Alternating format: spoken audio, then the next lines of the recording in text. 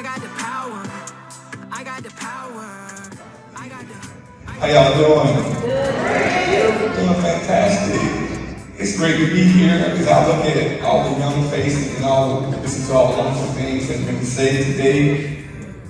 I bet y'all thinking right now, who is this old man who we possibly tell us?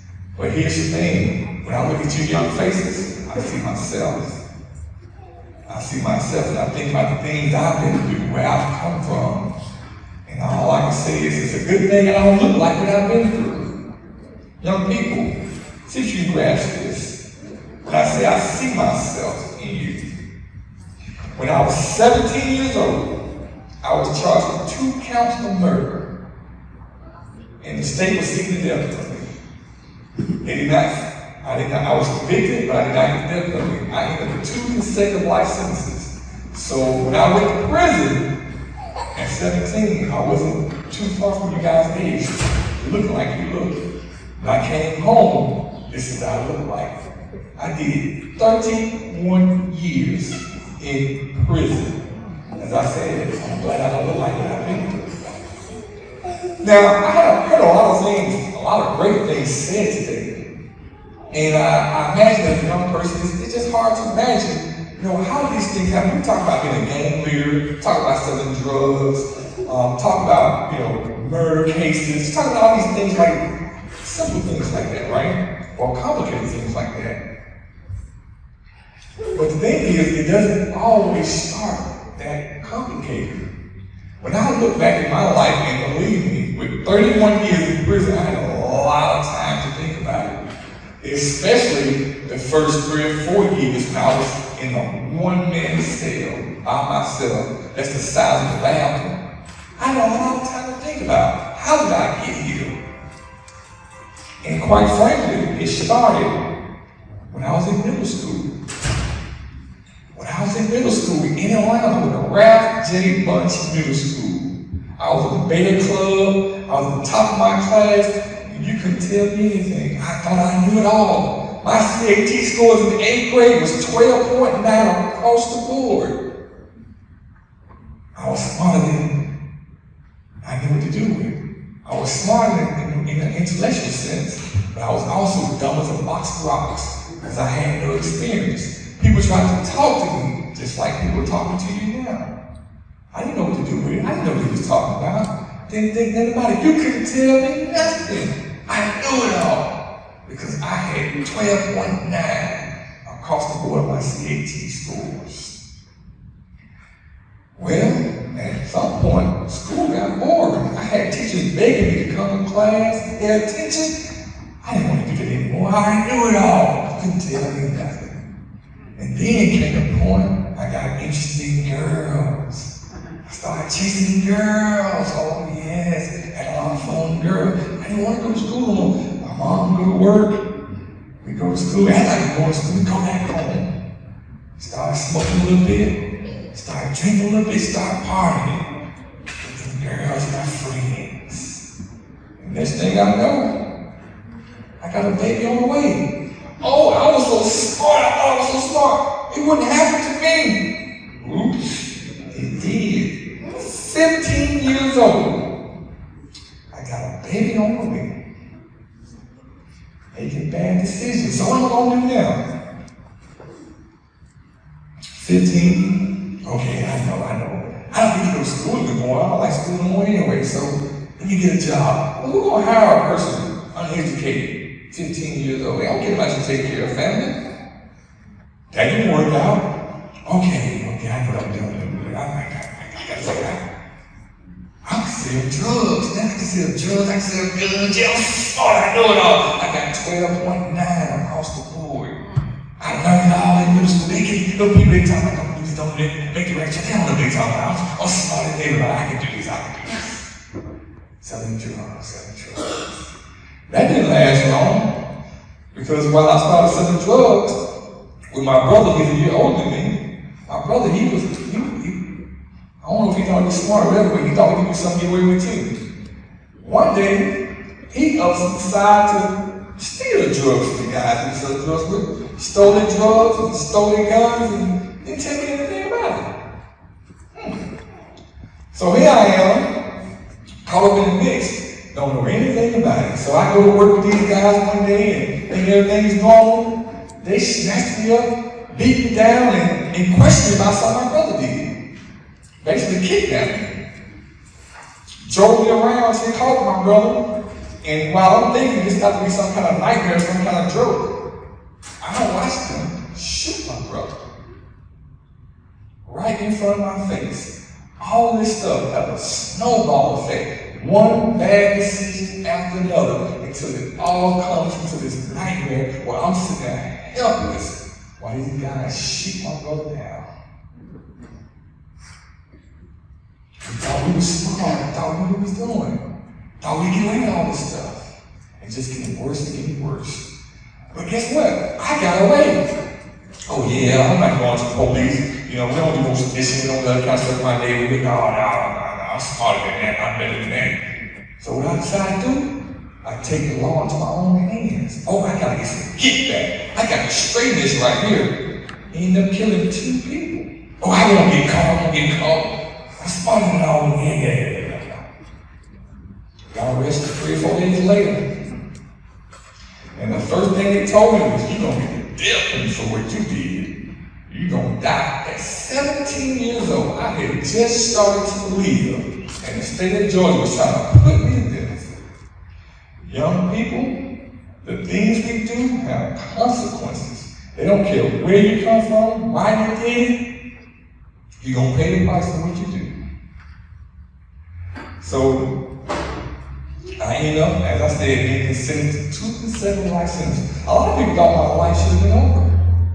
But can anybody guess how I kept my sanity in prison for almost 30 years? Anybody want to guess? You want to guess? Pray. You know what? I wish I could say that was true. But I will say this. I love to say this. I had a praying mama. Praying sister and later a praying wife. But yeah, not me. But quite frankly,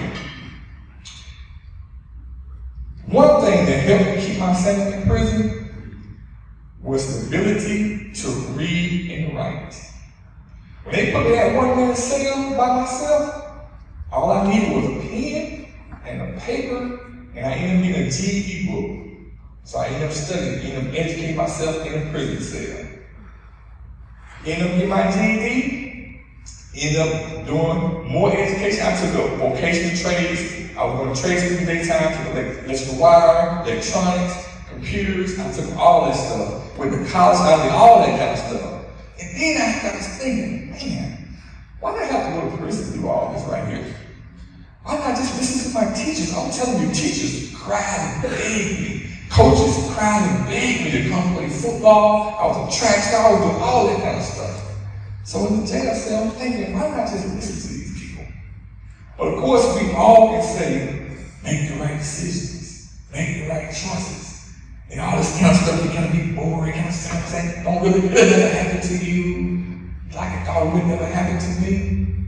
But one thing I learned, I can tell you guys, from listening to a lot of things I've heard today, and even where I am today, there's a common theme here.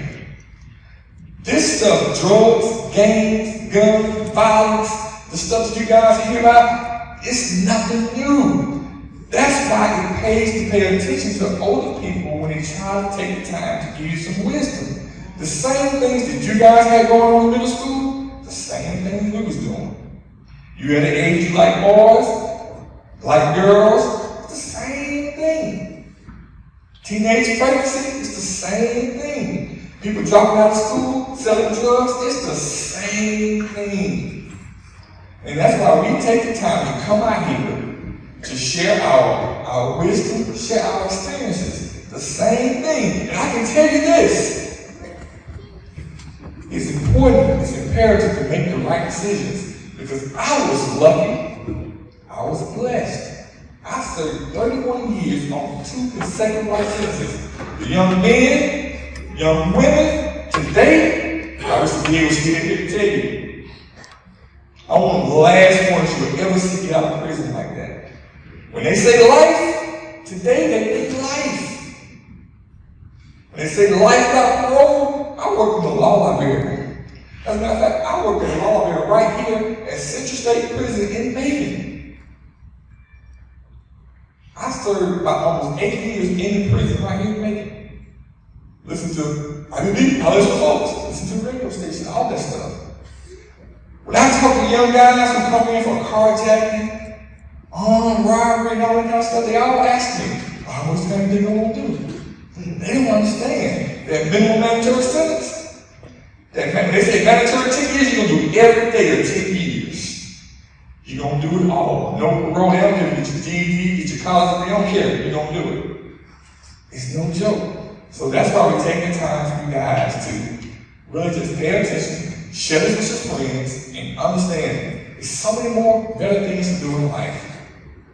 Better choices to make. Now, my wife and I, we have an organization called JOY, Just One Decision Away, where we actually have a blueprint. It's one thing to say, okay, make the right choices and do this kind of stuff, but we want to leave you guys with a blueprint. I want to ask my wife to kind of come share a few minutes. One of the things that we have a blueprint for helping you make the right decisions. Welcome, my lovely wife. Hey y'all, how y'all doing? Man, I'm listening to him and somebody asked about whether or not he prayed. He didn't have the sense to pray first, but his praying mama did, and she's sitting right back there. And I have to acknowledge her, because that woman stood by his side. And then when I showed up, she passed me the torch, because she was tired. 31 years is a long time, y'all. And hear what he said. When he went in, he looked just like some of y'all young men. He was young, and he came out, you fine, but you came out older, you know what I'm saying? So, but listen, like he said, everybody talked about just one decision away from a life-altering, life-changing situation. And we have a card that we want to leave with you today. It's got some nice candy on the back, so we were thinking about y'all. But this card has an acronym called WAIT. Somebody say WAIT. Wait. Come on, wait. Wait. Y'all know what it means. You know, somebody kind of pushing up on you, like, hold on now, wait. You know how to tell people, wait a minute now, don't be all in my face, wait. Don't pressure me, wait. Anybody in here ever been pressured? Come on, can we tell the truth? Have you ever had somebody pressure you, trying to get you to do something that you know you shouldn't do, you didn't want to do, right? You need to learn to say, wait, right? What does WAIT stand for? W. You got to ask yourself before you make that decision, why? Why am I about to do what I'm about to do? That's an important question. Am I looking for attention? Is this my cry for help? Am I feeling rejected? Do I feel like do I need to be accepted? Why? That's what the W is for. A is for after. Somebody say after. What do I mean by that? You got to ask yourself, what's going to happen after I do this? See, that's the challenge when you're young.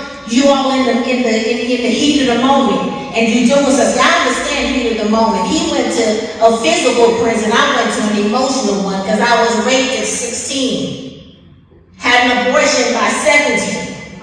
So I understand. By that time, I was in an emotional prison for a lot of my life.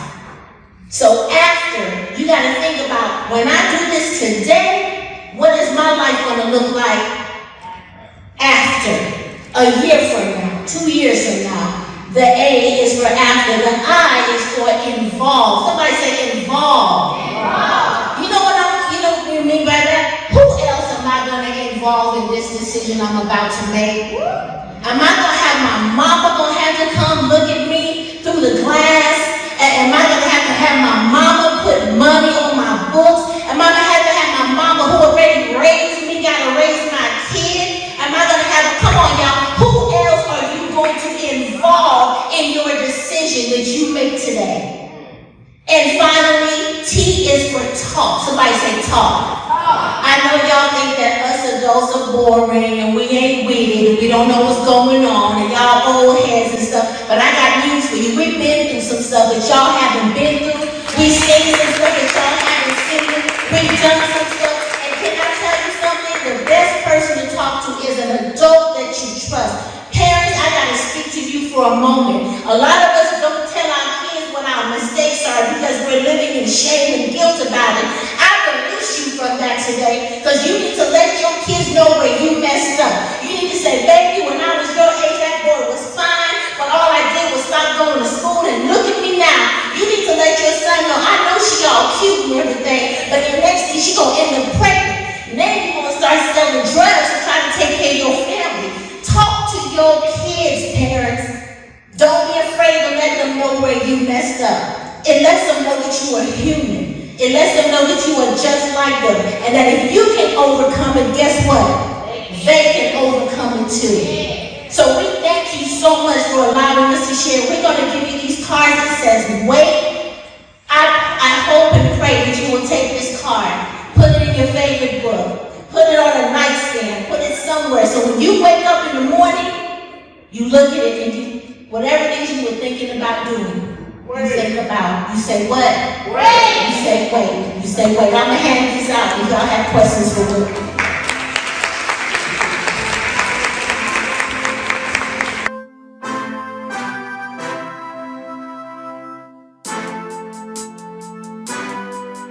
Hey, I got the power. I got the power. I got the power with me. I got the power. I got the power. I got the